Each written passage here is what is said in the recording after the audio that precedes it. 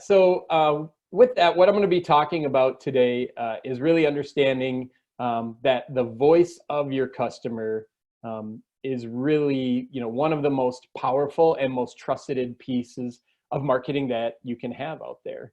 And to kind of to set the stage for some of the things over time, for the longest time, marketing was really about having a bullhorn, right? If you had the biggest billboard, the most radio ads. You might have named your business AAA Plumbing so you could be right in the front of the yellow pages and buy a full spread. But the point is here is the brand really controlled most of the voice that was out there for your brand. But as we've seen over time now is that there's all kinds of other things that are out there. And in the last year or two, we've really seen the buzz around influencer marketing, right? And so on channels like Twitter and Instagram, especially, you get these influencers that mention your brand, talk about what's there.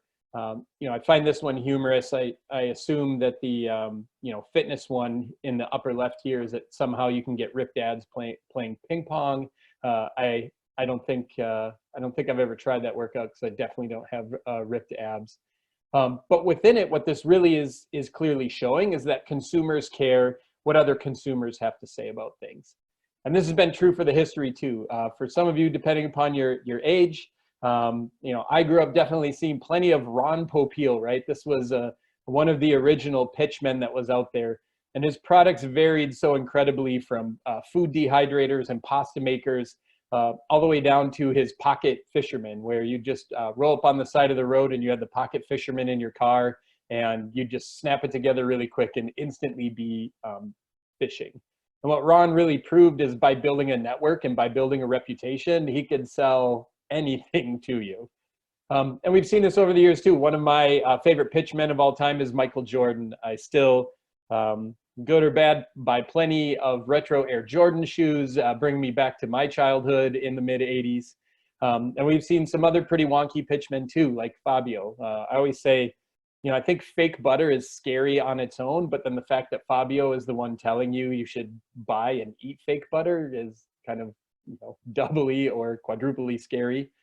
And then one of my favorites for strategic reasons, Wilford Brimley down in the lower right, when I was home sick as a kid and watching TV for the day, in the morning he was pitching Quaker Oats and telling you to live healthier and start your day right and everything else.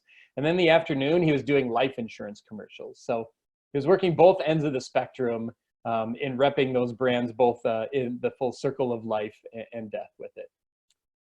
And really the point that we've evolved to now is that you don't have to be a pitchman. You don't have to be a famous athlete. You don't have to be an actor. You don't have to be a trashy book novel cover star. Within that, you can just be yourself. But because of how social media and the internet has evolved, like every consumer now has a voice. So that evolution has been very powerful for the voice of the customer expanding.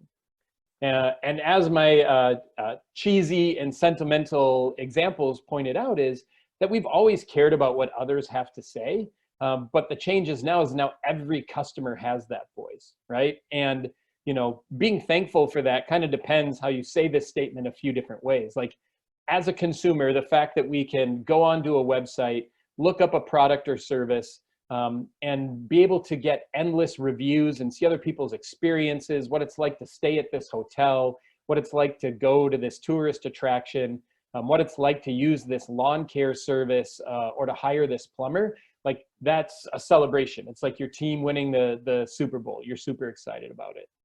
Now, as a business owner and possibly a marketer, this can also be very frustrated because now only are you not managing the day-to-day of your business and controlling what's going on there, you feel like the world can say anything about you at any given moment and change the perception of your business. And we see these types of things pop up in the news all the time for what happens with the business and then how rampantly it can take off via review sites, social media, and the web. One high-level thing that I'd like to point out nowadays that is really important to understand for any type of business, any size, in any market, is I just refer to this as, our world today is an Amazon economy. And in having that, what's changed in this game is, pricing, availability, and delivery of products and services are much more difficult to compete on. And really the two biggest things that you still have left to build a moat around, and to show how different you are, is your brand and reputation. So you really need to be maximizing that more than anything else, because there's going to be enough competition locally, regionally, even nationally, depending upon what you do, that can come in and compete very heavily with you on those others. But they can't take your brand and reputation away from you. Fast Company put out a really good article a couple years back, and it was really talking about the transformation from the web, that the first 15, 20 years of it was really referred to as the information age. It had never become easier to have a ton of valuable information right at your fingertips. But things have changed now because we have endless information at our fingertips. It's now about the reputation. What's the validity of the source, and who are we getting that information from? So, to frame this up is like, the information is endless, but trusted information is not. And really getting that kind of feedback, seeing reviews about a business, really enables us to take a look at something and realize that, in the mirror, is this actually what it says it is? Or is it pretending to be something else? Because we can all use our marketing to say the greatest things about us, position us, only show off our accolades and our strong points. But when your customers have a voice like this, they can actually paint, a very accurate picture, and it might reinforce everything you're saying, and it also could combat it, or, say less than what that is. So it's really important to understand, when you take a look at this, that at the end of the day, it's your consumers that are building trust in your other customers, and in the prospects that are yet to come in your business. And so how does this happen, right? Well, reviews is one of the biggest ways that this happens for people, and something that we've become very acclimated to in our interactions, in researching and trying to find a business.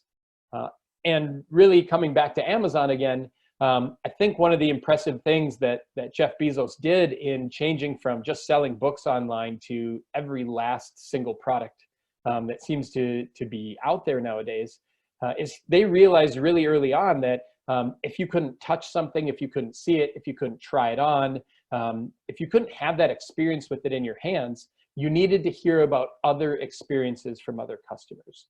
So now it's very easy to go into Amazon, and if you want to make a new TV purchase, or another product, you can read hundreds or thousands of those types of reviews around that product and get a really clear picture, and be able to look for the small little details that matter to you, in quality in something, stitching of something, size of something, all of those different pieces. And the same holds true now for a local business. If you do a search and you're looking for a provider, a specific product or service provider in your area, you have a number of sources that are providing review content for you to be able to see what are other people's experiences with this brand, and does it meet my expectations? Are there call outs in it that make me comfortable to reach out to that company? So to take a look at some high level review stats, number one, 85% of consumers trust online reviews as much as personal recommendations, right? This is an extremely high number. And a lot of this comes from, it just puts easy information and access right at our fingertips. If you think about the business process of going to work with a new company, it can start a number of different ways, right? It might start by you asking a coworker or a neighbor or a friend who they use. It might start by you seeing some of their branding out in the community, a billboard, signage, they sponsor something, and then it leads you to say like, oh, I remember those guys. And then you go, do a Google search, dig into them, and you might check out some of the facts about their business. But the way it's positioned, you're also going to see their reviews. Then what's often very common is we just do a search, right? We type in plumbers Mankato or plumbers near me, and I'm going to start looking at what are some of the options there. And some of the initial things that are put right in our face is, what's the reputation of this business? What's its review rating? How many reviews does it have? And then you have the option to be able to dig into those reviews. So how do these reviews influence the customer's decision to actually use a business? And we see overwhelmingly, right, that 68% choose a business based on positive reviews. And 40% of users will say, if I see, negative reviews out there, that might lead me not to use that business, especially based on what those negative reviews talk about within it. What happens after consumers read reviews, right? This shows the power of conversion with it. 50% of them are then going to move off to your website after reading a positive review. So again, it's that trust factor. And at the end of the day, if you're doing research, all of us know we're not going to go and reach out to 10 different providers. We're going to do research on our own. We're going to get comfortable and form trust. And then we're going to probably reach out to just one provider, maybe two. So it's really on that information that's being presented to us in the search engine within Google to make a strong case that, hey, don't worry, continue forward. We're reputable to work with. Go to our website, figure out how to call us, fill out a contact form, send us an email. Really important for businesses to understand is that your reviews really aren't about building a war chest, and it really shouldn't be about a one-time marketing campaign. So when we look at how consumers feel about how recent an online review needs to be, 85% of them want them to be 90 days or less to be relevant. And we see a very strong amount, seeing them to be within 2 weeks and a month, right? 70% of them want to see those reviews within weeks or within the month of what's there. So this really points out, as I'll hit upon later, is like acquiring more reviews and getting your customers to write reviews about your business should be an ongoing piece that's part of your business. It just shouldn't be your Q1 or your summer marketing initiative or campaign to build those up and at least get 15 or at least get 20 based on how many your competitors have. It should be something that's built into the lifeline of your business and continues to evolve and grow. I think it's also really important for people to understand that, we don't live in a 5-star world, and that the perfection of having a 5.0 rating isn't what you should be chasing. And in fact, studies have even shown that the highest amount of trust for a consumer is formed in somewhere between a 4.2 and a 4.5 rating. Because at the end of the day, customers don't expect us to be perfect, but they do hope to work with someone who is great. But it's easy to see if you go into a business that has 100 reviews and they're all 5 stars, it can definitely lead to, a little bit in your head, like, really everybody who works with this business thinks they're the greatest thing ever. So it's really, I find this most difficult with business owners and getting them to just wrap their mind around, like, I need to be great, but I don't need to be awesome. And I shouldn't be trying to sculpt what's there. And it's okay to have some average 3-star and 4-star reviews at the end of the day, because if you have enough reviews, the customers will be able to read through and see what the trends are and also be able to tell what the mirage is. So if we take a look at how this plays out in visual to us, right? If I do a search either on desktop or on my phone, you see front and center are these local results, because Google understands when we're looking for a local type business. If I type in just even the word landscaping and I'm searching from Mankato, I'm going to get these results because they understand where your IP is, where your phone's located, and delivers you those results. And obviously you can manipulate this just by putting in an exact location when you do these searches. But front and center is Google's map pack. And this is formed out of their Google My Business listings, which is a free service that allows you to list your business. Hopefully in this day and age, every business understands how important an accurate and up-to-date Google My Business listing is. But as you can see from this, reviews are front and center. And when you're presented with these top 3 choices, which you then can expand by clicking more businesses below those 3 choices, you can see the review stars are one of the most visual elements that are there.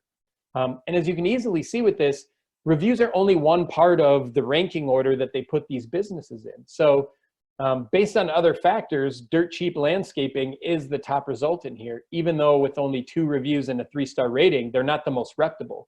Definitely not, in comparison to, Thomas Tree and Landscape that has 15 5-star review rating, and Aquatic Gardens and Landscaping that has 8 5 stars.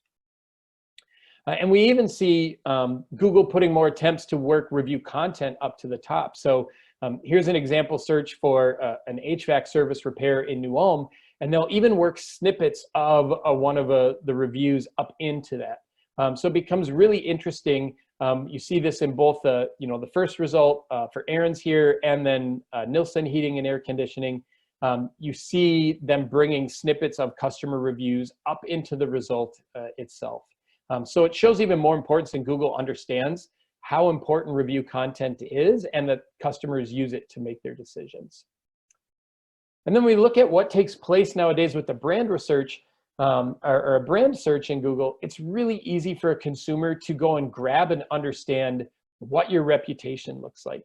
Because simply by just typing in a business name, you're going to see all these different reviews populate on the screen that's there, right? So in this case, in doing this search in Austin, Texas for a windshield repair and replacement company, JRD, you can see that I basically have 5 different review sources all right within my fingertips and all right there. And the point with this is to really understand Google cares so much about reputation. They are shoving a ton of reputation type sites right up to the forefront when you do a search for a brand. And now if we take a look at something that's becoming really common, is a lot of consumers are just skipping looking for anything but what others have to say about your business. So we continue to see on the rise over the last 1.5 to 2 years is people will directly type in a brand name and then the word review after it, because they want to come into these sites and see what are the review sites that are out there that have content and ratings about this business, and how can I dig into those. So when you see this happens, again, really easy to formulate and look into a multiple different places where I can learn a lot about that business and their reputation for what's out there. And again, we see this to be more and more common with consumers. And really look at it this way. They want to skip what you're saying about yourself because it's, as we pointed out earlier, it's really easy to brag about yourself, and they want to go right to what other consumers have to say.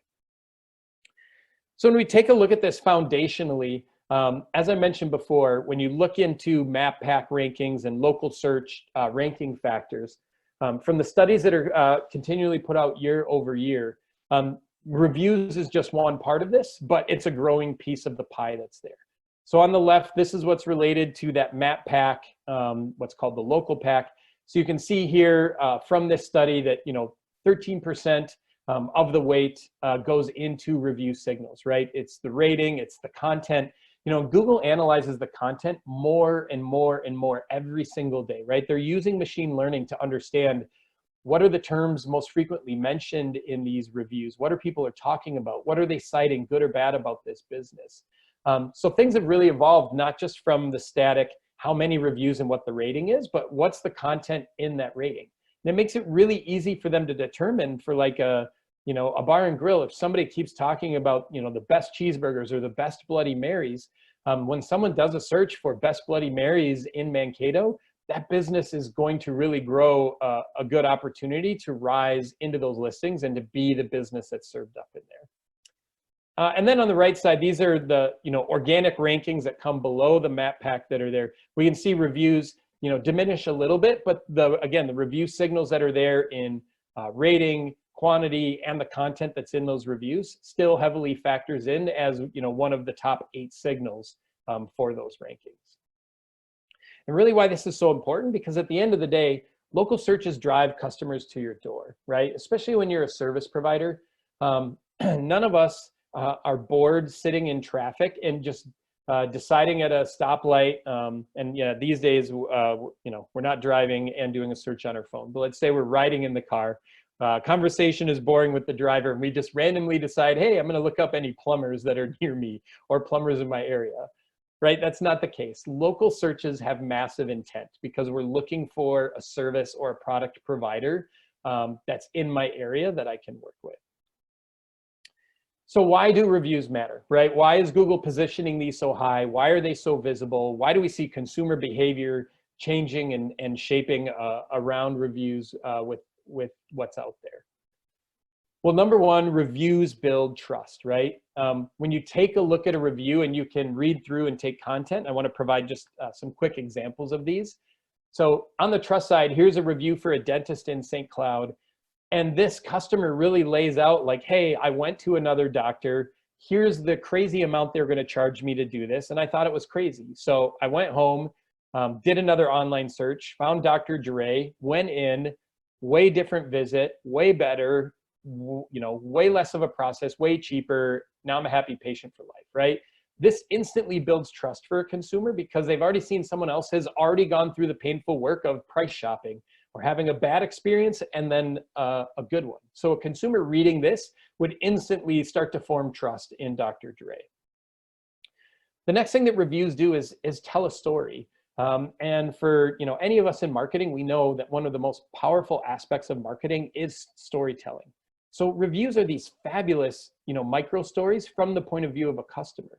So here's an example for an accountant, right? And as you can see, this accountant has a very strong rating, but as David, the reviewer, outlines here very factually, is things didn't start off so great with his accountant and with his tax preparation. And he basically outlines hey, after doing all this, finally I was at a breaking point and I was super frustrated and whatever else. And I threw up my hands, I said stuff needed to change. And here's exactly what they did when I did that. Here's the things that they stopped doing and fixed and then started doing from there. And now, he couldn't expect anything more out of it, does more business with them and would obviously refer them. So while for most businesses, this might not, be ideal because all of us kind of probably cringe a little bit if there's critical things written about us and everything else, this is exactly the kind of thing, this kind of story gives the consumer a lot of confidence that, hey, it's not all roses. And if something does go wrong, these guys will listen and they'll make the proper corrections to get it back on track. And the last important, element that is provided by reviews is it provides us with answers. And we see this growing even more and more as more businesses acquire more reviews. So if we take a look at this example here that Tay writes around Snap Fitness, you can see that Tay basically outlines the entire process of getting started with this Snap Fitness gym, right? So you're able to see, here's what the machines are. It's open 24/7. When you come in and sign up for a 30-day trial pass, here's what happens. Here's what happens when the 30 days up. Now here's the cost. Here's everything else. So again, questions that you might have, and you would need to call into that Snap Fitness to say, how does, do you have a free trial? How does it work? What does it cost after that? All of that is laid out here. And now instead of having to make that phone call, you're able to take that information in from what the consumer is sharing in their reviews. And here's just one other example of this, right? This reviewer for a juice bar in Tampa, Florida, basically writes a checklist of everything you would want to know about this location. It has free parking. Here's some visual wayfinding. It's right behind the Walgreens at this intersection. Has indoor and outdoor seating.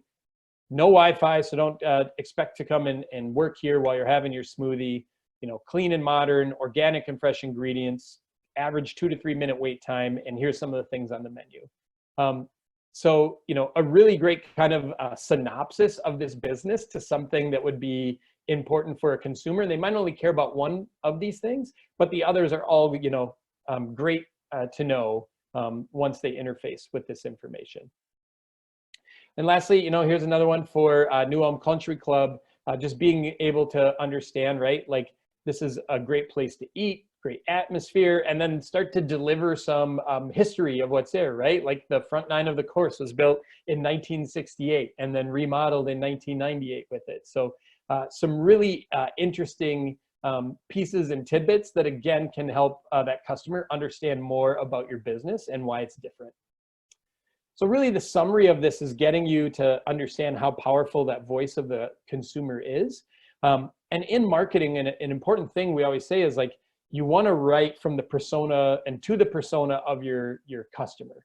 So it's really getting that target market to feel like you're talking to them.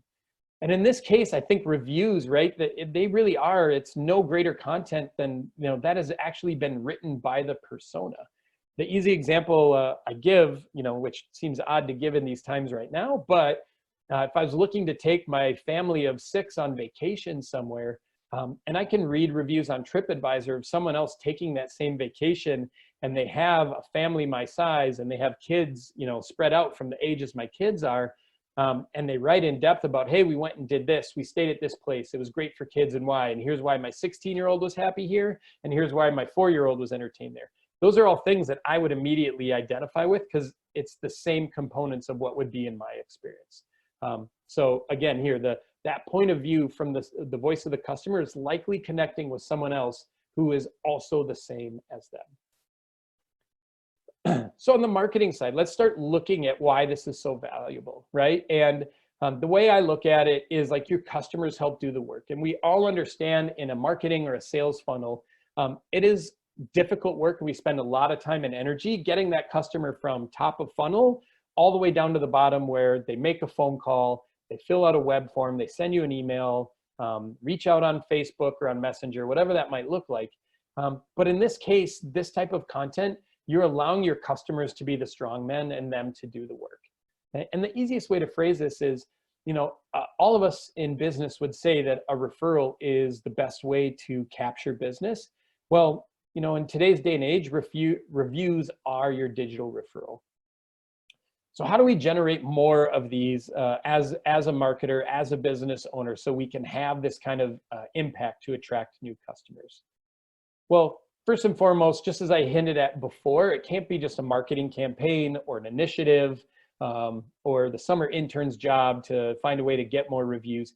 You really should be baking this into your business process, right? Do I have something at the end of the day that I'm following up with every customer that has an experience from me so I can learn from it, and I can also start to funnel and channel those people into writing public opinions in the form of reviews about me. So taking on the mentality, how do I create a process or use a system so that I'm asking every customer that I have how we're doing? And this can be really hard to understand for a lot of businesses because they look at things like, oh, well, if I know somebody's really super happy, I'm going to ask them for a testimonial or ask them to share something. And that's absolutely fine. But you're also missing out on, for those who are middle of the road and who didn't rave to me or tell me how it was awesome, did I find out how did we miss? What held us back from being that awesome where they would refer us or they would be a brand advocate or tell others? And what about the ones that I had no idea were actually disappointed? And instead of me having a way to find out they were disappointed, they're off telling other people in person, like, I wouldn't use them again, or I wouldn't call them, or even worse, stay away from them. There's no way I do business with them again. And if you're not finding ways to ask every customer, that's the type of insight that you're losing with this. An example, and I kept this in there for this one when I gave this talk at the social media group in New Ulm last year. Interesting enough, I had already found and located this example to include in here. And then as I was driving into New Ulm, here was a giant billboard for Bob Webb right there. And I really should have stopped and taken a photo just to show this balance. But in doing some research, it was easy to see that, right front and center, Bob has one Google review with a 3-star rating. Now, in researching Bob, he has 22 years of doing insurance in the New Ulm community, right? So he's likely worked with hundreds or thousands of customers, but yet his online reputation is a 1 3-star review at Google and 8 votes at Facebook, right? This is massively disproportionate to probably the great work Bob does, the things he's supported, the people he's made happy and taken care of, and so many other things in building a successful business for 2+ decades. But if you don't translate it into online, now when someone moves into Mankato or into New Ulm or comes to that area, and if they start with a search looking at insurance agents, Bob is likely going to be at the very bottom of the list for that digital experience because he has such little representation there. So even though hundreds in the community might refer him digitally, hardly anybody is willing to stand up for him. So this just shows when you're not asking for reviews and not doing anything, you're not activating your community of happy customers that are out there. So some of the most common ways to ask for reviews that are out there, one is the personal ask. Now, this is great if you can work in with your staff and your team and have them positioned at the end of a service or a sales cycle or anything else to remind the customer, after they say thank you, coming back to them and saying, hey, that's great. but writing an online review would be really helpful for us if you consider writing a Google review for us. The second is a handout. Anytime you make things easier for a customer and even easier for your own staff, it's going to be a win. So at the end of a service or an interaction, an experience, if you hand them something, could be something as small as a business card, could be a flyer. There's a number of ways to do it. But when you do this, it can be just a simple reminder that says like, hey, if we did a great job today, please go out and write us a review. And here's a couple of sites where it matters. And then lastly, when you combine some of these things and then you build it into a platform that can automatically send your customers emails or text messages after their experience, that's a really big automation and efficiency win. And it's engaging with them right on the device where they're likely going to write that review from. So when we take a look at this, right, this is a really easy way to understand what a system, and this is just an example of one of the options within GatherUp, our platform, but just puts right in front of them a quick favor to ask, would you write us a review on these sites, or would you give us direct feedback? So when people ask me, Aaron, what's the key to getting reviews, especially if I'm using a system, so we're making it easy, and when customers come to us and say, how can I get more reviews? It's really the combination of the human interaction and using software that's best. Because if you're just using a tool like ours to be able to send a text message or send an email asking for a review, that's great, but it's also kind of a surprise to that customer. And none of us especially in our email inboxes are like, boy, I hope I get more email in here, or, oh, I can't wait to see what surprise is waiting for me in my email. But if during the interaction you mention to that customer, hey, in a couple of days from now, you're going to get an email from us. Please just take a couple of minutes and let us know how we did. And we'd love it if you shared a review on Google or Facebook, your choice.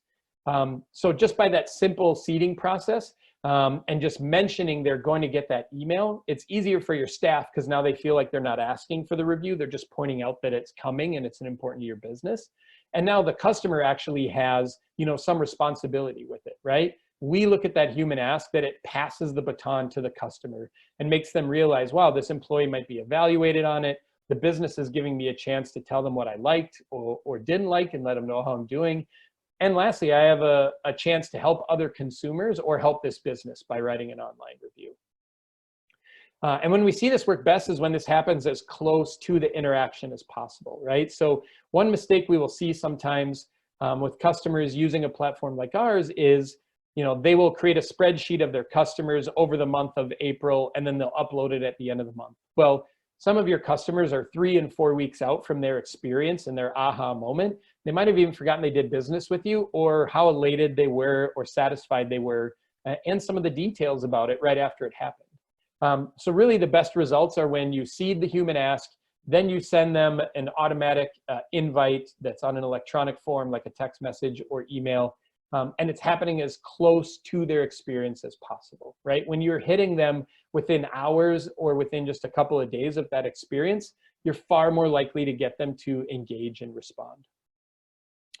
The next thing that's important to understand is there's 2 types of reviews, and both are extremely valuable. And these aren't apples and oranges, these are apples and apples to what's there. And the 2 types of reviews are, one at the bottom here, everyone understands and already refers to this as a review, and that's a third-party review, right? This is at a site that's an arm's length away from you, and it's Google, it's TripAdvisor, it's the Better Business Bureau. But what a lot of businesses fail to realize is you can also generate your own first-party reviews, right? And these are reviews directly to you, the business. And as I want to show you here, there's really a number of advantages to asking for both of these and getting both of these, both in how consumers view them and then what you can turn around and do with them. So some of the things with first-party reviews is, and maybe as a consumer, you already understand this, because you might be someone, maybe you've written 5 reviews in your lifetime. Maybe you've written 50.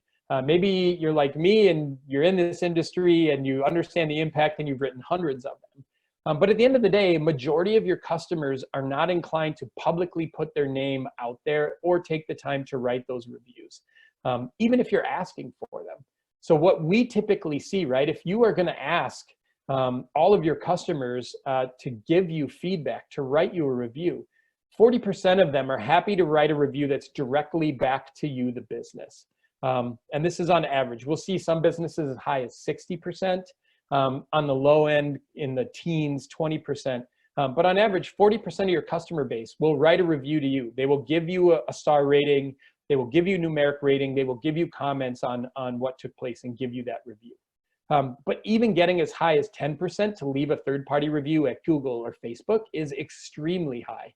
And in fact, on average, we see closer to 2 to 5% of the customers you ask for a third-party review will actually leave one. So not only do you get a ton of data, you can also see in this numbers game why you need to ask so many people, because if you're asking 100 customers and maybe only 5 are going to leave you that online review, like, you need to be asking as many as you can. Now, another advantage to a first-party review, not only getting more information and understanding the experience of more of your customers, is it actually gives you a much deeper view about your business. Because again, the customer's talking directly to you. They're definitely more likely to service things that weren't the best or have suggestions for you. So the bonus here is you end up finding the real things that you need to fix or improve in your business instead of just getting reviews. And really, I think that's the most powerful thing about this for a business. I know most people look at this and say, no, it's the marketing. It's when they look at my business or they see Google search results and they see that I have, 32 reviews and a 4.9 rating, like, that is so powerful. But at the end of the day, knowing what your customers think, whether they write it in a Google review, they share it with one of their neighbors, they share it in a forum or in a closed app like the Nextdoor app, like, that actually is by far and away the most powerful piece to it. So just to show you an example here for a craft beer dispensary and small restaurant chain that we're working with, when they open one of their new locations, this just gives an example. So they use our product specifically when they open just to ask for first-party reviews. They wanted the customers to tell them, and they could just by texting while they were on site, what they thought of the experience, give it a rating, give feedback. So just grabbing 10 of the customers that gave them feedback, I'm able to see that, the good things about this business were the beer selection, the staff and the service. They love the atmosphere, the food. One of the customers called out the sour beer selection. And then a number of had suggestions, right? An extra trash by the door, more malty beers on tap. The cheesesteak was too spicy. Can they have some non-alcoholic drink options as well? And they felt like the staff knowledge needed to be a little bit higher. So you can see just out of the 6 first-party reviews I have on the screen, we can glean a ton of information by what the customer shared, right?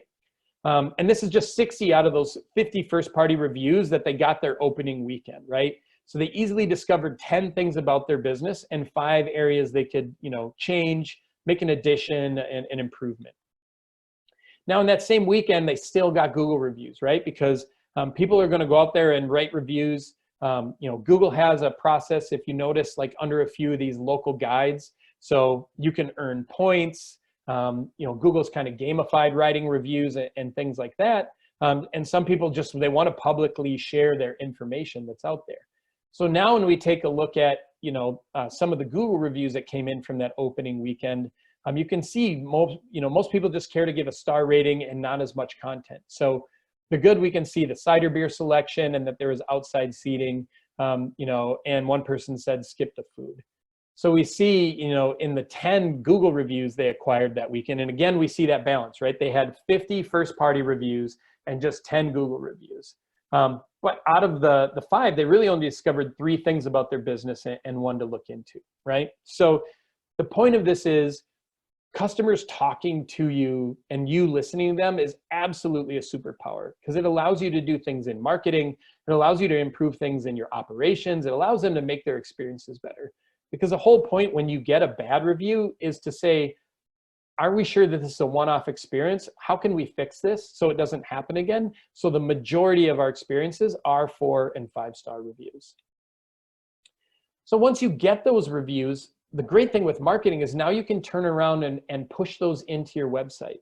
So this is that same business again, and as they acquired reviews, one of the features in our site is you can actually stream those reviews as well as your Google reviews, Facebook reviews, all up to your own website.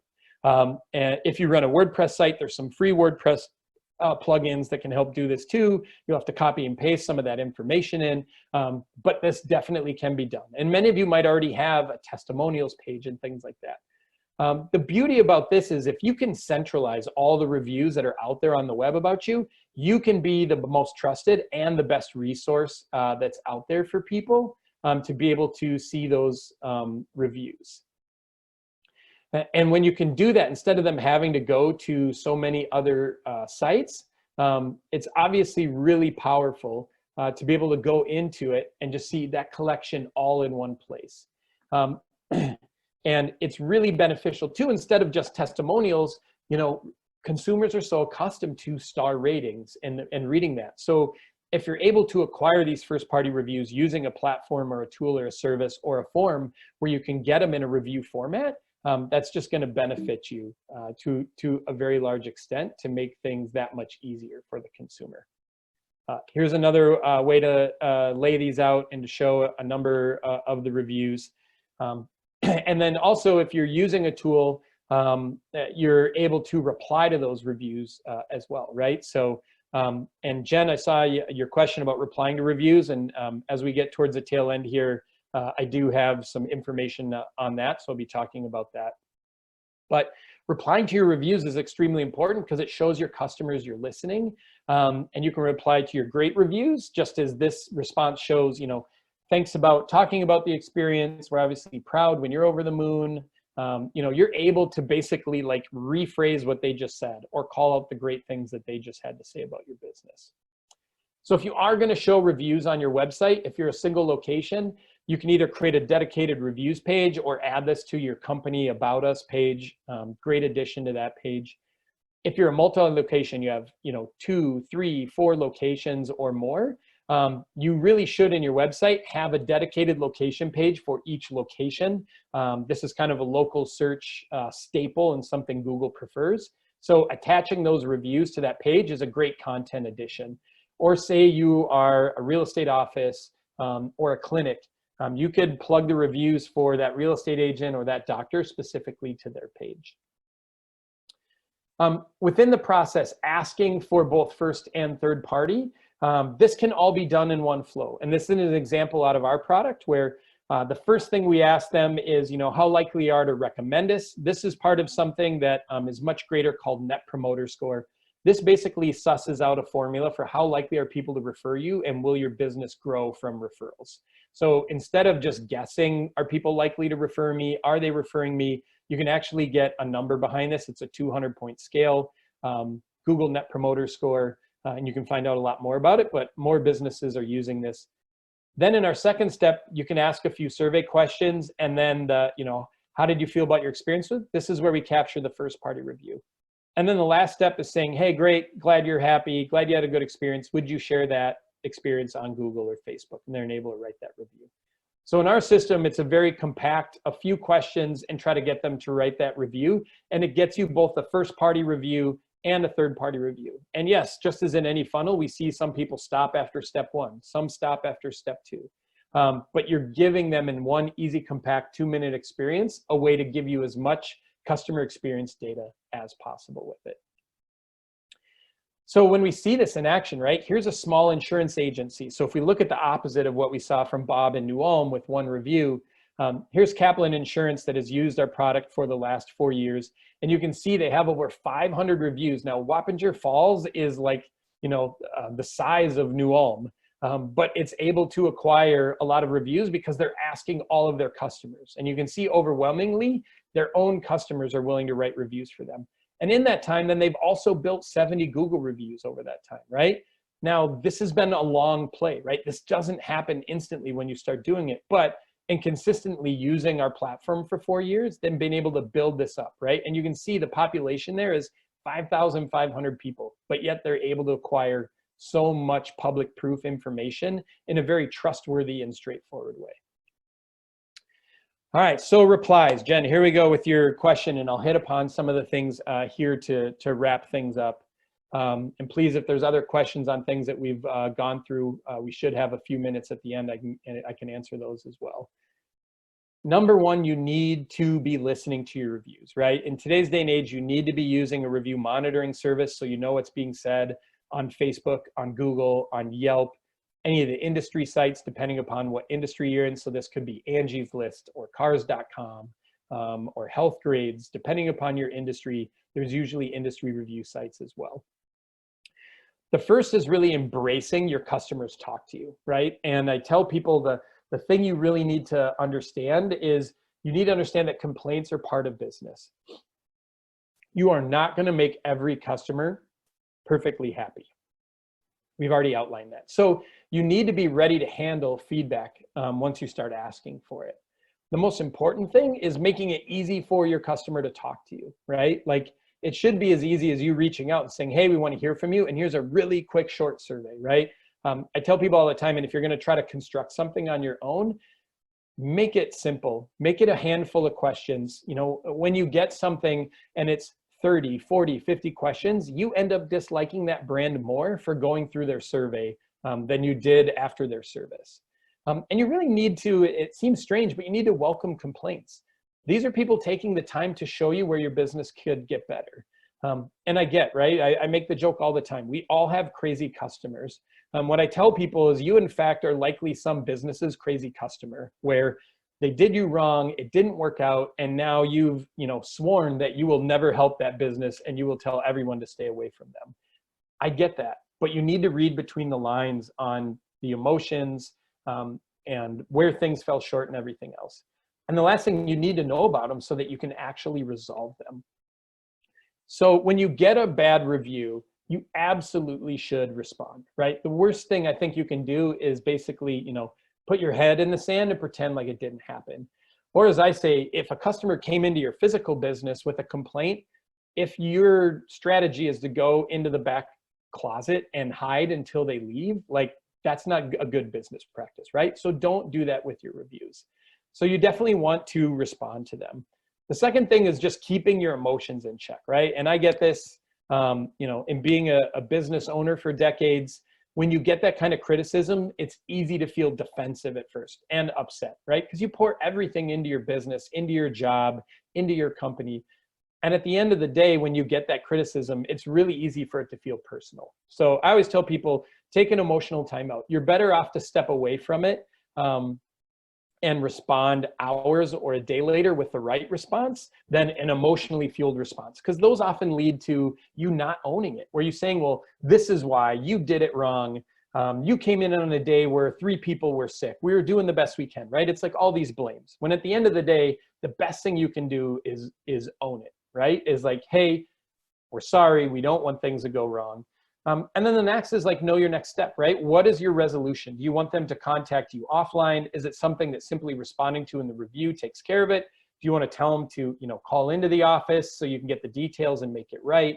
But really understanding like all of these are customer touch points that you have with this customer. And as I'll outline further, like these are all customer touch points that everyone is seeing in public. All right, so you don't have to, within this, right, feel like you're the mad scientist on how to put this to work. There's some really simple things, easier than what Dr. Brown in Back to the Future shows you. So I just want to give a really straightforward example here. Here's a bike tour and rental company in Austin.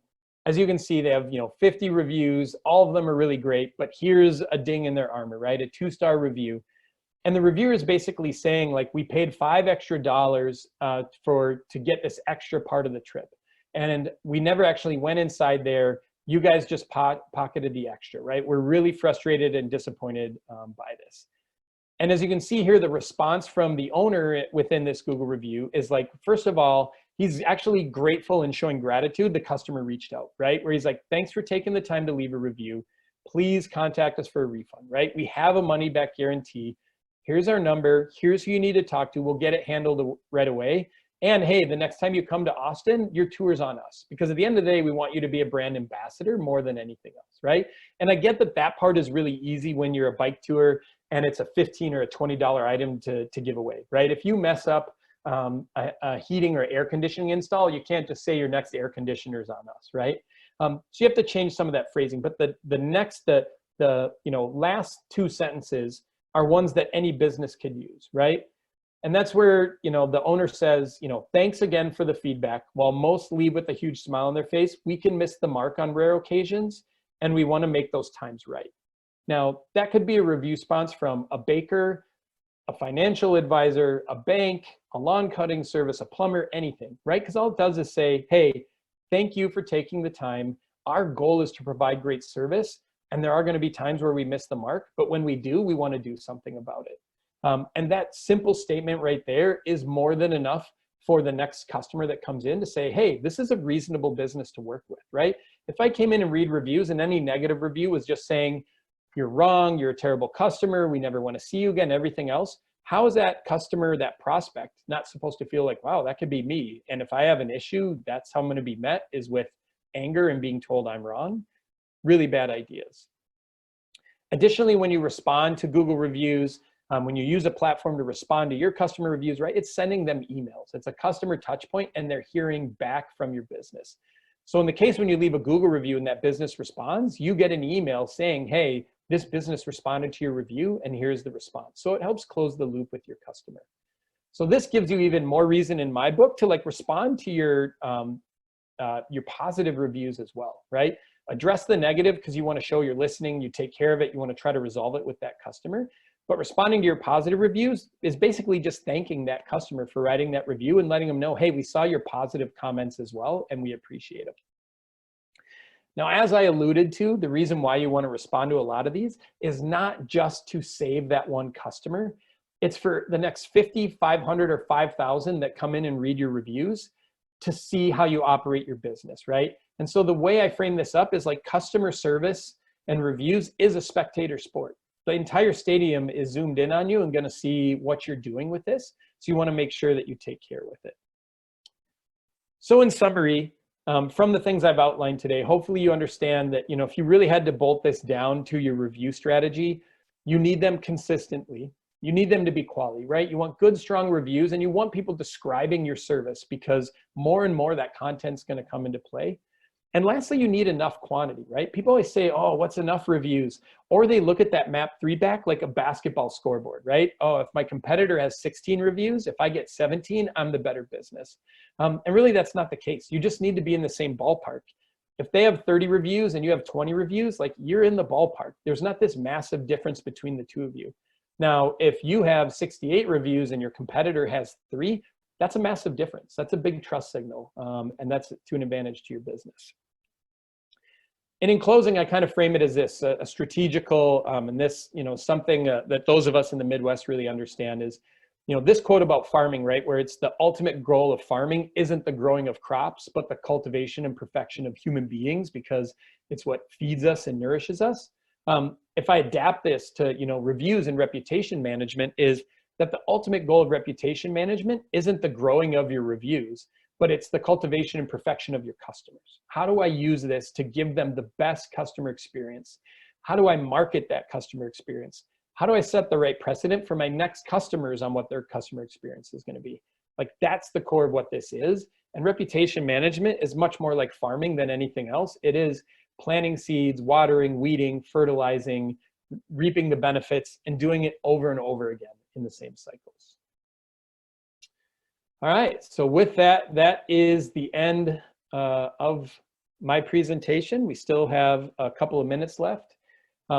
If there's anything specific you guys want to drop in the chat, I would love to hear from you on that, or within the questions and answers.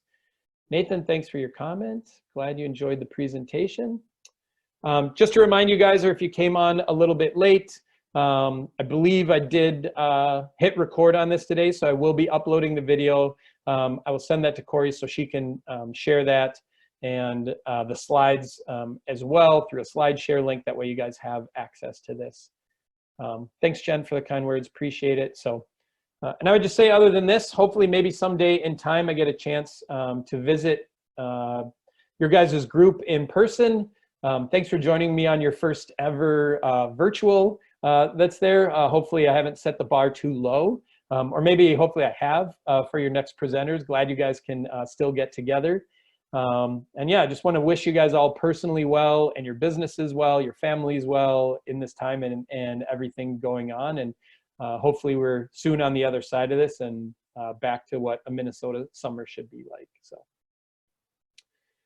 thanks, Kate, and thanks, Michael, for your comments as well. So thanks. Without seeing any more questions, appreciate the feedback, you guys. Thanks for letting me join you. Feel free to connect with me on Twitter. I'm super active there. You can even stalk me on Facebook if you'd like. I share more personal, but some in the business world as well. So thanks, everyone. Take care. Have a great Friday and a great weekend.